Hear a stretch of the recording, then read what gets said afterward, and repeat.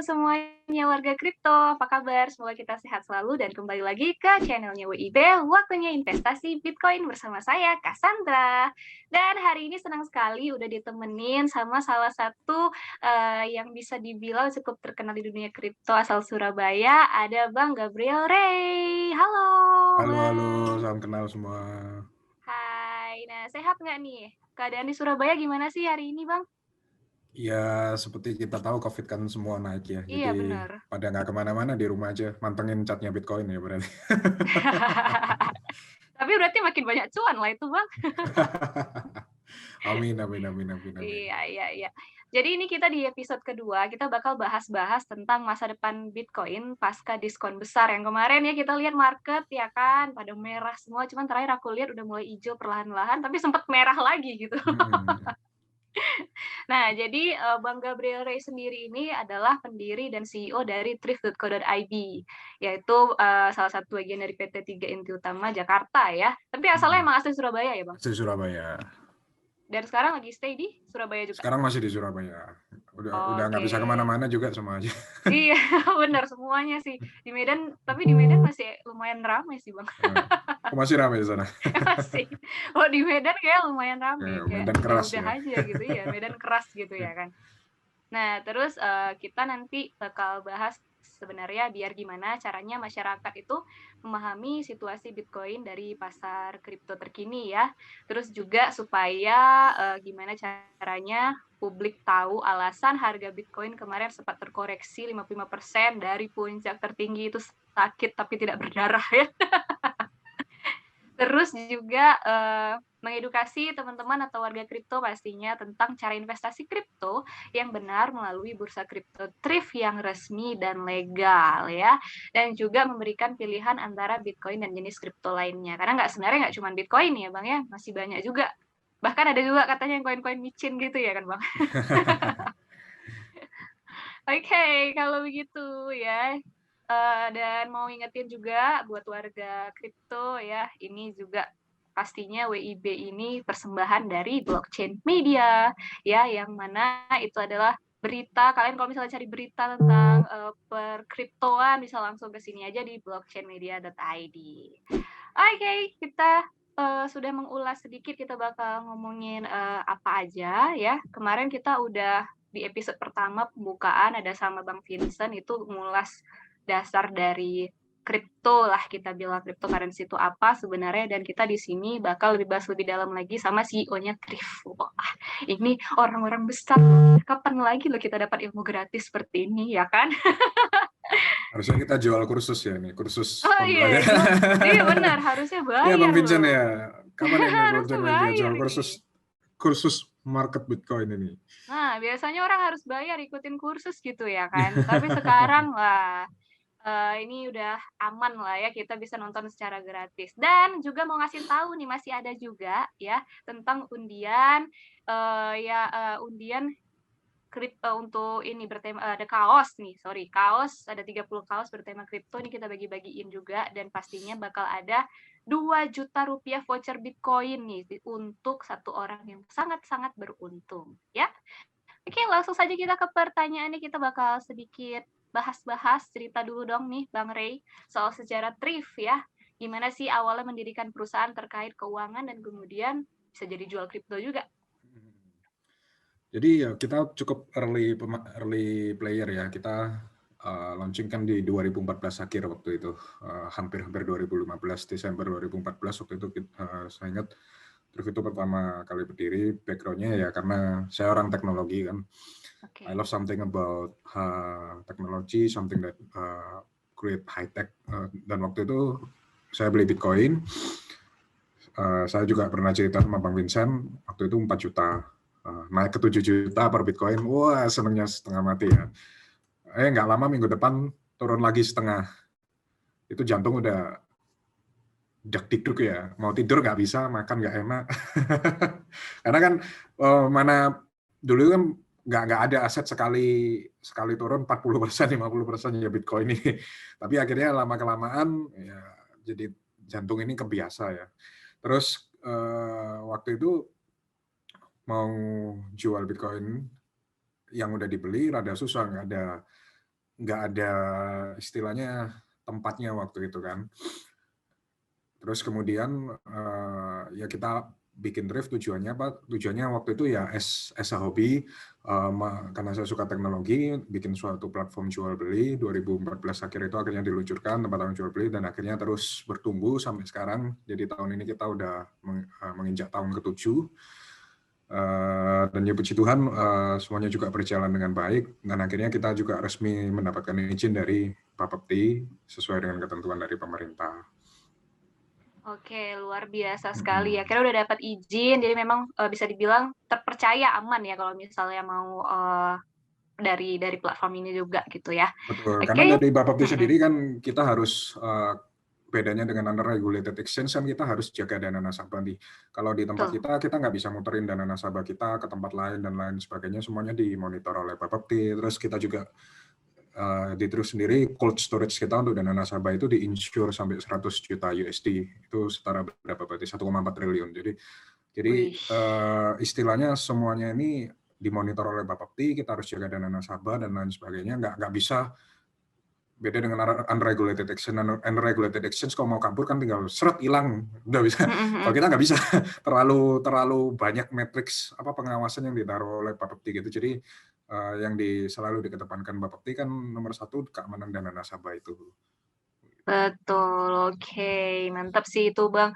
Terus juga sebelum kita masuk ke topik inti nih ya Bang Rea, rakyat Indonesia pasti penasaran nih soal pertama kali yang tahun berapa gitu sebenarnya dikenal di Bitcoin gitu. Terus tahunya itu dari siapa gitu ya kan? Karena kan kalau dari kalau misalnya dari Bang Vincent kan kemarin ceritanya dari tahun 2013 apa 16 gitu ya. Nah kalau Bang Ray sendiri tahu dari mana nih awalnya gitu dari 4 juta tadi itu?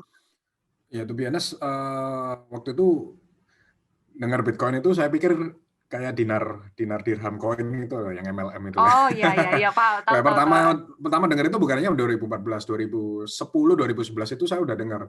Cuma karena belakangnya koin, dan waktu itu pernah ada kasus dirham coin itu loh. Itu kan kasus MLM. Saya nggak looking deeper lagi, nggak lihat lagi. Tapi kok tambah lama, tambah 2013, 2014 itu akhirnya mulai baca-baca, mulai ngerti. Terus waktu itu saya pikir, wah ini gonna be the next big thing nih, karena benar-benar unik sih waktu itu, sampai sekarang ya. Sampai sekarang benar-benar nggak ada aset kelas yang tipenya seperti ini gitu. Jadi dari karena saya orang teknologi, saya baca teknologinya, saya ngerti, saya mikir ini benar-benar something incredible, maksudnya benar-benar satu yang bagus gitu loh. Kapan lagi ada yang kayak gini lagi, belum tentu 10 tahun atau 20 ke depan muncul teknologi baru kayak gini. Nah, akhirnya Betul.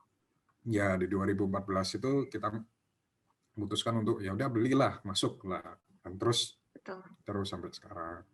Berarti tadi yang masalah naik turunnya udah sampai spot jantung kayak gitu, itu pada akhirnya di hold atau kayak mana tuh Bang? Atau dijual karena panik gitu? Dijual rugi ya di hold aja kan, makanya ketika invest pakai uang dingin aja ya, pakai uang Betul dingin. betul betul. Berarti di hold ya. Jadi bisa dibayangin ya warga kripto ya, ini bisa dari tahun 2014 sampai yang kemarin tertinggi udah berapa beranaknya itu ya. Kan masih 4 juta loh gitu ya Kan kan. Warren Buffett juga pernah ngomong kan, timing the market beats timing the market. Jadi jangan kita nggak bisa berusaha topnya itu berapa, bottomnya berapa, kita nggak akan pernah bisa tahu, karena kalau kita bisa tahu otomatis sudah jadi orang terkaya kan di Indonesia. Betul pasti. Ya, tapi memang perputarannya itu cepat betul ya. Jadi ya kita jadi something kayak Warren Buffett aja, duduk di market dalam jangka waktu yang panjang kan. Kalau dalam jangka waktu panjang kan Bitcoin juga selalu naik gitu, sama dengan saham dan lain sebagainya. Selama istilahnya tidak ada black swan event, ya saya rasa tren ini ya akan tetap berjalan sih. Iya, betul betul betul. Nah, ini kalau gitu kita bahas ya tentang yang berapa waktu yang lalu tuh loh, kita bilangnya diskon ya, diskon 50% dari harga tertinggi gitu, dari yang hampir 900 juta dan terjun bebas sampai setengahnya. Itu sebenarnya sangat sakit ya. Cassandra sendiri juga melihat itu, waduh ini gimana, tapi ya itu tadi ya, karena tadi kita pakai uang dingin, jadi ya udah ditunggu aja dulu, nggak usah diliatin tiap hari, makin stres nanti gitu ya kan. Nah, salahnya retail itu kan begitu. Retail itu kan kebanyakan. Kalau dia up, dia malah beli, bukannya average jual. Tapi kalau down, dia malah ikutan jual. Jadi, Iya, jadi kan itu resep kehilangan uang kan. Ketika iya, naik, ketika Bitcoin naik dari 500, 600, 700, 800, 900 itu kan eh, sibuk beli semua tuh. Tapi ketika turun sini ikutan dijual dalam posisi rugi, kan harusnya kebalik. Ketika iya, posisi down gini kita dollar cost averaging beli, karena time to make money itu beli waktu turun, bukan beli waktu naik. Dan time to make money itu jual ketika naik drastis, kita juga dollar cost averaging-nya jual gitu loh. Jadi itu betul. resep to make money. Nah, kalau kalau kita ikutan FOMO, ketika naik kita terus beli ya akhirnya ya nyantol kan. Saya aja nggak berani kemarin beli di angka, karena tuh biasanya kemarin market memang overheat tuh ya. Apalagi contohnya dilihat dari Dogecoin itu benar-benar overheat sekali apa. Itu if you old player ya, saya udah survive 2 kali bear market. If you see Dogecoin, you can smell the bubble gitu. Bubble-nya itu udah kelihatan banget kok. Karena benar-benar something yang nggak masuk akal, demand-nya sebegitu banyaknya, orang pengen FOMO dan lain sebagainya. Akhirnya kan sekarang yang FOMO Dogecoin itu terkena impact-nya kan. Apalagi jumlah koinnya itu sehari isunya 18 juta, bukan seperti Bitcoin. Nah, akhirnya kan dari Dogecoin itu kita ngelihat bahwa FOMO di kripto waktu itu saat tinggi banget, lebih tinggi dari 2017, dan akhirnya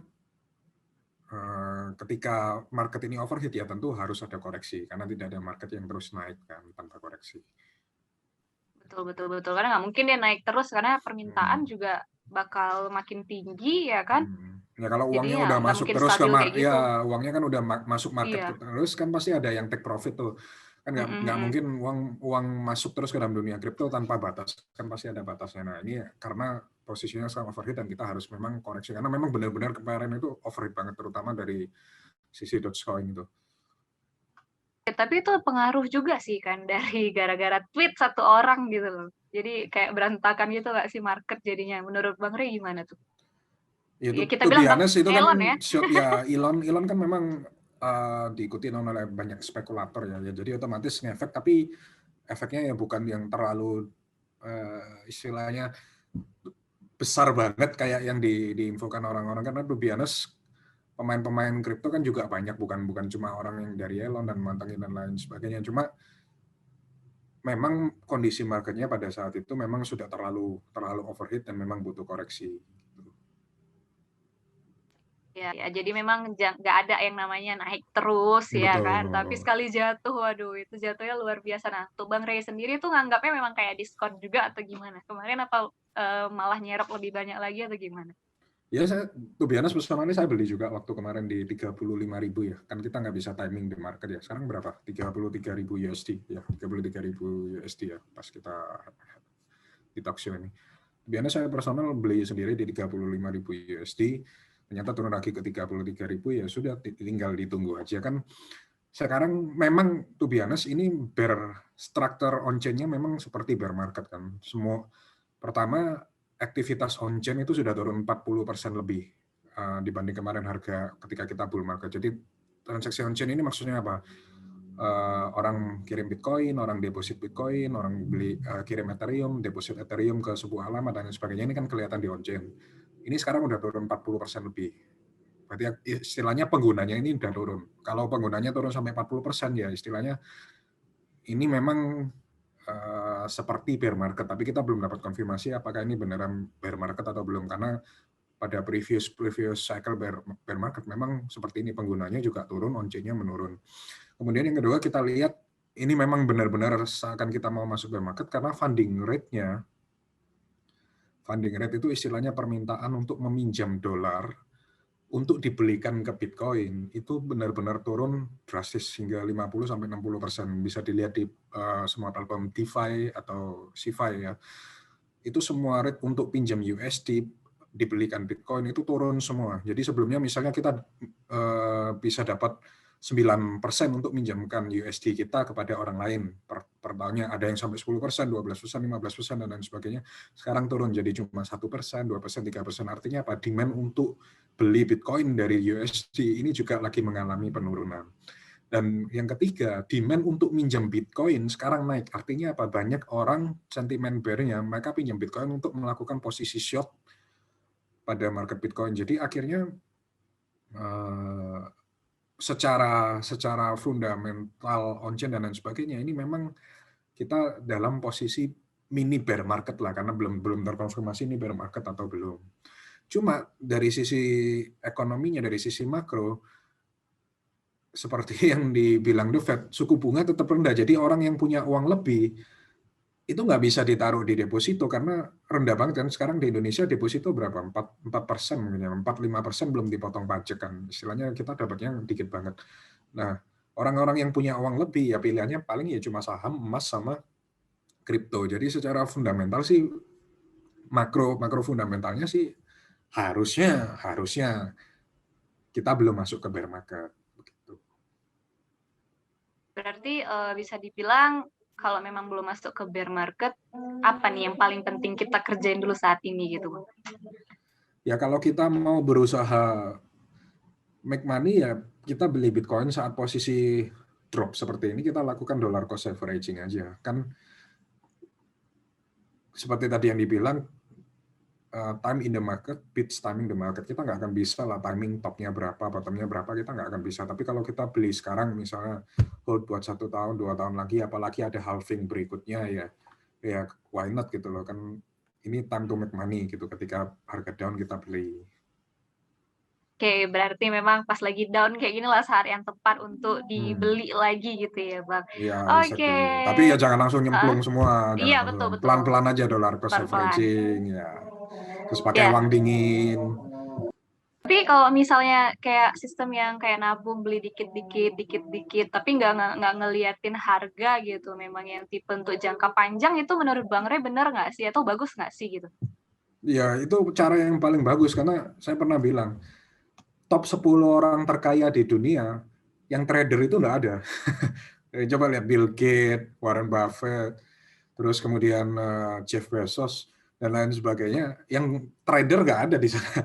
Yang ada apa? Investor ada di sana, Warren Buffett. Kan Bill Gates juga sekarang investor, bukan Microsoft holdingnya. Dia kan cuma sekian persen. Kebanyakan kayaknya karena dia beli saham-saham yang lain.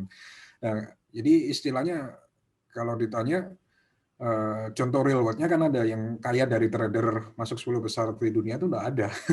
Yang ada investor. Nah, ketika kita mau jadi investor ya kita niru cara bermainnya seperti orang-orang yang sudah sukses di top 10 terkaya itu. Kita lihat, kita main secara jangka panjang, terus kita mengerti fundamentalnya, kita nggak FOMO, terus kita nggak takut ketika harga turun seperti ini, karena kita juga mesti lihat fundamentalnya. Kayak tadi saya jelasin, makroekonomi belum ada perubahan dari The Fed, itu kan menunjukkan bahwa saham juga otomatis nggak akan ada penurunan selama The Fed belum ada perubahan kebijakan moneternya.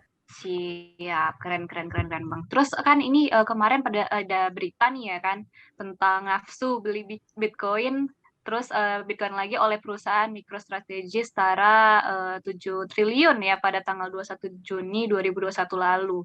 Terus ini mencerminkan apa nih sebenarnya Bang? Apakah CEO-nya itu ada yang bilang ih gila gitu ya kan, sampai berarti apa dia memang sepercaya itu sama masa depan dari si Bitcoin ini gitu. Menurut Bang Rey gimana? Nah, orang-orang kan beranggapan yang beli Bitcoin itu MicroStrategy. Ya, itu salah persepsi. Padahal uang yang mereka belikan itu uangnya orang lain gitu loh. Mereka kan menerbitkan surat utang untuk dibeli oleh institusi-institusi lain untuk dibelikan Bitcoin. Nah, kenapa institusi-institusi ini mau?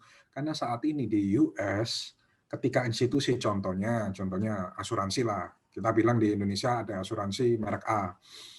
Asuransi merek A ini mau beli Bitcoin, ditaruh balance sheet-nya saat ini, mereka harus repot dengan kustodiannya, insurance-nya, dan lain sebagainya untuk jaga dananya itu kan. Nah, tapi ketika mereka, dan belum ada Bitcoin ETF di sana. Kemudian kalau Grayscale, itu harus dikunci selama 6, kalau mereka beli melalui Grayscale, mereka harus dikunci selama 6 bulan. Terus ada biaya manajemen 2% per tahun. Istilahnya kalau perusahaan asuransi beli kan nilainya misalnya triliunan, 1 triliun, 2%-nya dari 1 triliun aja kan kerasa gitu loh. Nah, tapi kalau misalnya beli surat utangnya si MicroStrategy ini, kemudian nama MicroStrategy dibelikan Bitcoin, mereka pertama mereka nggak dapat Nggak kena istilahnya biaya manajemen yang dilakukan di Grayscale Trust, yang dapat di Grayscale Trust 2%, jadi mereka save 2% itu. Terus kemudian mereka bisa dapat exposure dari Bitcoin tanpa mereka pusing masalah teknisnya. Jadi ketika kita lihat MicroStrategy beli Bitcoin terus, berarti ini menunjukkan memang institusi saat ini ya memang interest untuk membeli Bitcoin begitu. Ya. Berarti memang dari interest itu berarti memang punya rasa percaya yang besar gitu ya Bang. Bakal nanti ke depannya ini pasti tetap menggila lah ini di masa depan nanti gitu ya kan.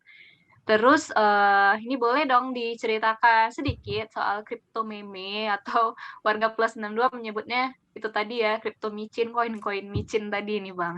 Ini sebenarnya apakah layak diinvestasi untuk jangka panjang atau sebenarnya cuma untuk trading singkat aja nih?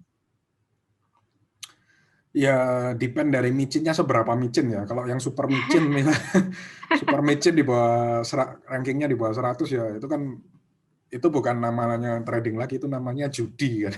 Udah judi ya, itu kan kalau yang kayak namanya kan di judi kan. Kayak misalnya kayak kemarin apa Shift Moon ya, yang kemarin populer itu kan. Kalau yang udah benar-benar micin di bawah 100 ya, kalau lu mau pegang jangka panjang ya itu namanya lu bukan invest, itu namanya lu judi kan. kalau lu invest ya lu pilih ya misalnya menurut lu Bitcoin kemahalan ya ambil top 5 lah. Misalnya lu pilih Ethereum, tapi you have to understand the fundamental gitu kan. Kalau Ethereum minusnya apa? Pertama supply-nya nggak terbatas sekarang. Terus kedua fee-nya itu mahal. Jadi Ethereum sekarang isunya kan gini. Kalau harga Ethereum naik, semua ekosistem DeFi itu mati. Masa gue mau tukar Bitcoin ke USDT atau tukar Ethereum ke USDT di Uniswap sekali exchange bayar $200, bayar $150. Ngapain kan? Di CeFi misalnya kayak di Thrift, beli Ethereum tukar ke USD paling Rp5.000 flat udah dapat. Ngapain gue harus bayar $150? Nah, yang menarik di Ethereum kan DeFi-nya itu. Nah, kalau harganya naik, DeFi-nya mati. Tapi kalau harganya nggak naik, investornya yang mati. Nah, itu makanya saya sendiri personally nggak invest besar di Ethereum. Porsi invest saya personally paling besar tetap di Bitcoin karena saya melihat fundamental ini nggak bisa dibetulin. Nah, ketika Ethereum mau upgrade ke versi 2.0 hard fork-nya, minernya protes. Nah, gue udah beli peralatan mining segini banyak, lu tiba-tiba switch ke proof of stake, investasi gue beli alat mining gimana, siapa yang gantiin kan? Nah, akhirnya Ethereum 2.0 ini nggak tahu kapan jadinya gitu loh, karena belum ada titik temunya. Nah, kalau invest ya jangan cuma lihat itunya, tapi kita mesti ngerti plus minusnya, terus pro kontranya dan lain sebagainya. Begitu. Ya, berarti intinya balik lagi lihat fundamental dari koin ataupun token itu ya, Bang ya. Karena Ya, kalau memang invest jangka panjang ya jangan pilih yang micin. Kalau jangka panjang ya top 5 lah at least, atau mau iya. aman ya mau aman ya Bitcoin aja. Ya, dengar-dengar yang lagi hits itu Shiba Inu ya, Bang ya. Ya, Shiba Inu memang sekarang lagi hype, tapi kan kita kembali lagi ini kan masih rank-ranknya dia kan ya masih oke lah, bukan terlalu bawah, bukan terlalu atas, ya masih oke untuk short term untuk gain profit lagi. Nah, profitnya untuk apa? Gain more Bitcoin biasanya kan tujuannya itu. Ya, berarti masih oke lah ya kalau misalnya kita beli karena kemungkinan bisa naik lumayan. Dengar-dengar sih kayak gitu. Ada juga sih kepengen coba, cuman karena masih koin micinnya masih mikir gitu loh. Karena Ya prepare tulus money aja kan. ya. Kalau siap main trading kan harus siap untung, siap rugi juga. Kalau Betul. mau untungnya aja ya udah uangnya taruh bawah bantal aja kan. Ya nggak bisa. Ini memang untung besar pasti risknya juga gede gitu kan. Oke, terus kalau Bang Ray sendiri ada coba-coba yang benar-benar pernah nggak atau yang sampai rugi besar gitu gara-gara cobain koin micin, pernah nggak sih? Karena saya bukan trader ya, saya jarang trading. Lebih aneh setelah Bitcoin menurut saya yang menarik itu koin-koin DeFi, karena memang DeFi itu demand-nya benar-benar ada. Beda dengan beberapa blockchain yang maksudnya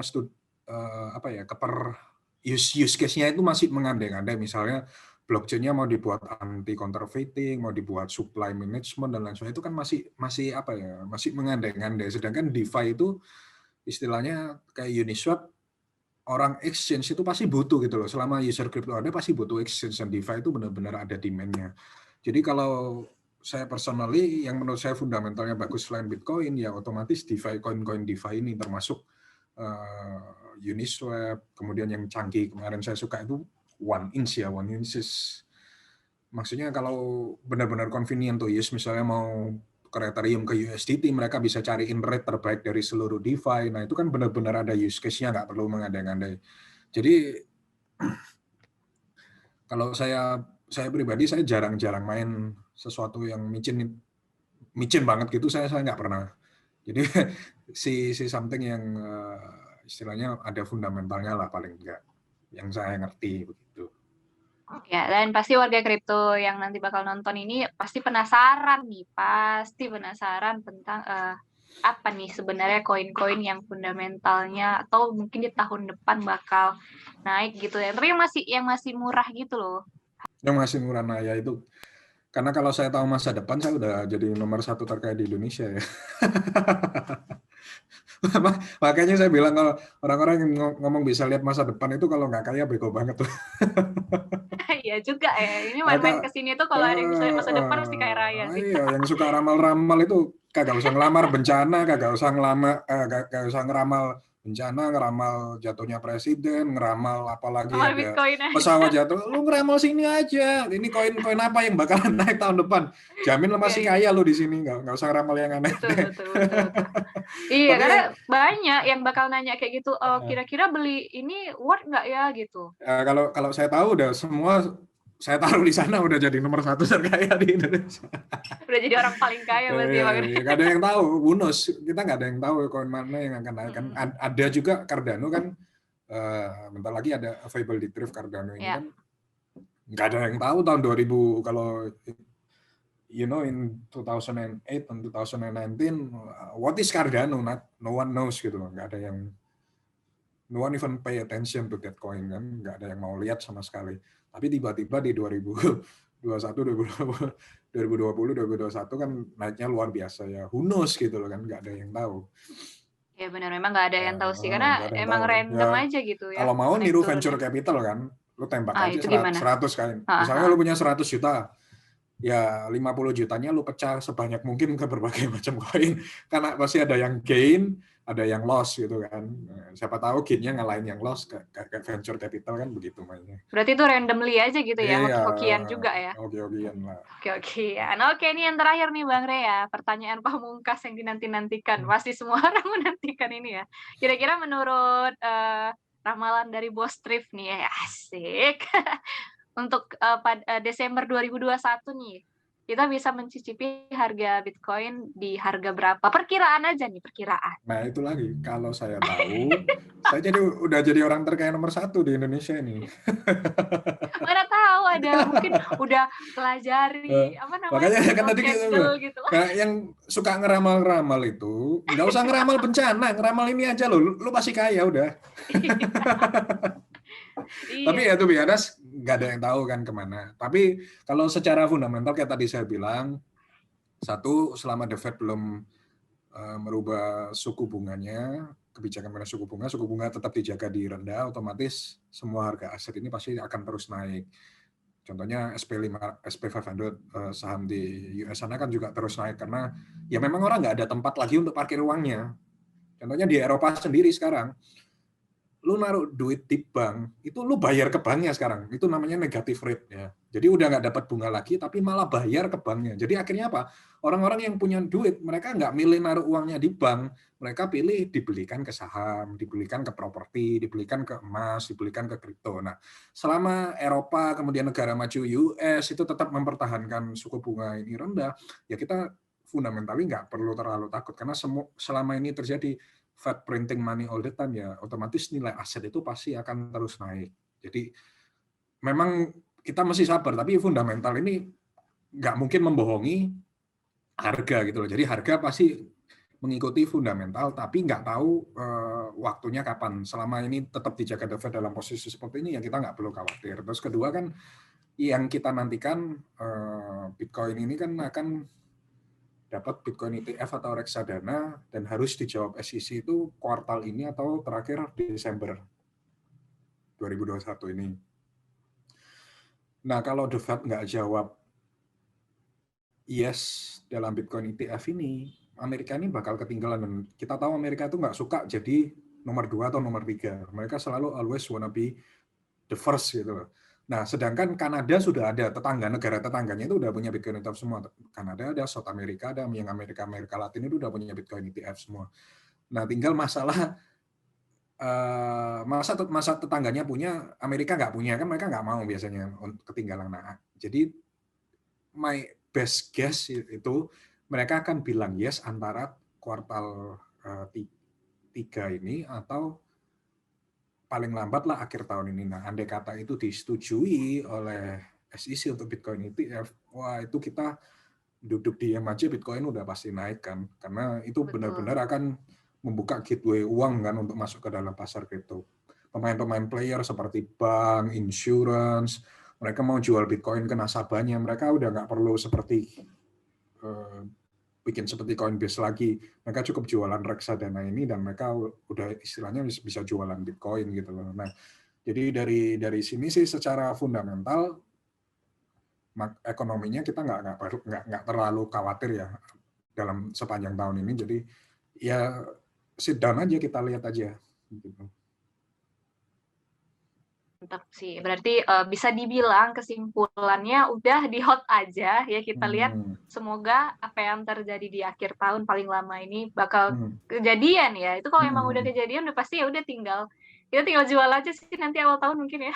Nah, dan yang lucu kan gini, hasil. Kita kan ada mau the next halving nih. Kita ada the next halving lagi.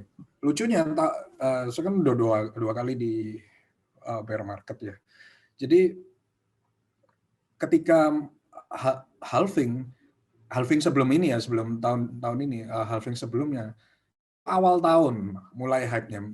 Sekarang kan 2000 berapa ya? 2021, halving sebelumnya 2017 berarti ya. Nah, 2017 itu kan hype-nya mulai di awal, bukan lebih dari 1 tahun, tapi mendekati halving itu baru mulai hype. Mulai hype kayak misalnya 6 bulan atau 7 bulan sebelumnya itu mulai hype. Mulai orang pada beli, mengumpulkan karena prepare untuk the next halving. Nah, yang halving sekarang, yang 2021, ini malah mulainya istilahnya lebih cepat 1 tahun sebelumnya, karena orang sudah tahu bakalan ada halving. Jadi kita lihat siklus hype-nya untuk mendekati halving ini tambah lama, tambah jauh. Yang sebelumnya dari sekian bulan, kemudian sekarang jadi 1 tahun. Nah, 2024 ya next halving ya. Itu kan berarti bisa jadi lebih jauh lagi, misalnya 1,5 tahun orang sudah prepare beli. Nah, karena mereka sudah jagai untuk persiapan halving berikutnya. Nah, hal-hal yang kayak gini kan kita mesti aware. Nah, ngapain kita takut kalau kita tahu bentar lagi ada in the couple years lagi kita ada halving lagi, yang stok bakalan dipotong lagi gitu loh. Nah, jadi ya secara fundamental ya nothing change. Ini tetap salah satu aset yang menurut saya gonna be the next big thing sih. Oke, berarti kita percaya, Bang Ray percaya, itu terserah dari rekan-rekan warga kripto semua mau gimana. Tapi kalau kita sih milih hold ya kan Bang. Oke, itu dia tadi kita udah banyak sekali bahas-bahas tentang Bitcoin bersama Bang Ray. Kita mengucapkan terima kasih banyak untuk Bang Ray, bosnya dari Thrift nih ya kan. Mana tahu nanti ada giveaway ya kan, bisa di-follow aja ya, bisa ke ada Instagramnya nggak nih Bang? Ada dong di pasti. @Thrift-indo. Nah di Thrift-indo, mana tahu nanti bakal ada bagi-bagi giveaway ya kan Bang. Langsung Kita aja sering kalian giveaway follow. di Instagram kita kan, bagi-bagi voucher Thrift. Bisa Tuh. dibelikan Bitcoin, bisa dibelikan Dogecoin, macam-macam. Kita ada 47 koin sekarang di Thrift yang bisa dijual belikan. Wah, luar biasa sekali. Kalau gitu kalian langsung aja cari infonya sekarang, lumayan loh, dapat giveaway ataupun dapat keuntungan dari Thrift ya kan, lumayan. Dan tapi jangan sedih juga ya, dari kita pun kita masih ada giveaway BTC sebesar senilai 2 juta rupiah, yaitu dalam bentuk voucher nanti untuk 1 orang beruntung, dan ada 30 kaos bertemakan Bitcoin yang bakal dibagi-bagi. Nah, caranya nanti kalian langsung aja klik di link description di channel YouTube ini. Dan pastiin juga jangan lupa untuk di-like, di-share, di-komen, di-subscribe juga pastinya biar makin seru. Kita nanti bakal buat video lagi bersama orang-orang yang sangat berpengaruh di dunia kripto di Indonesia pastinya. Jadi pastiin kalian harus subscribe channel ini. Oke, sekali lagi terima kasih untuk Bang Ray ya atas waktunya. Semoga sukses terus thrift-nya dan kriptonya. Salam cuan nanti ya. Moga-moga kita bisa cuan akhir tahun ini gitu. Ya, untuk tamu minggu depan ya di video minggu depan kita akan mengundang tamu keren lainnya ya ini bos besar dari crypto exchange di Indonesia. Nah, biar penasaran jadi pastikan harus di-subscribe ya. Oke, kalau begitu warga kripto Indonesia sampai ketemu lagi di WIB waktunya investasi Bitcoin by blockchainmedia.id. Bye bye.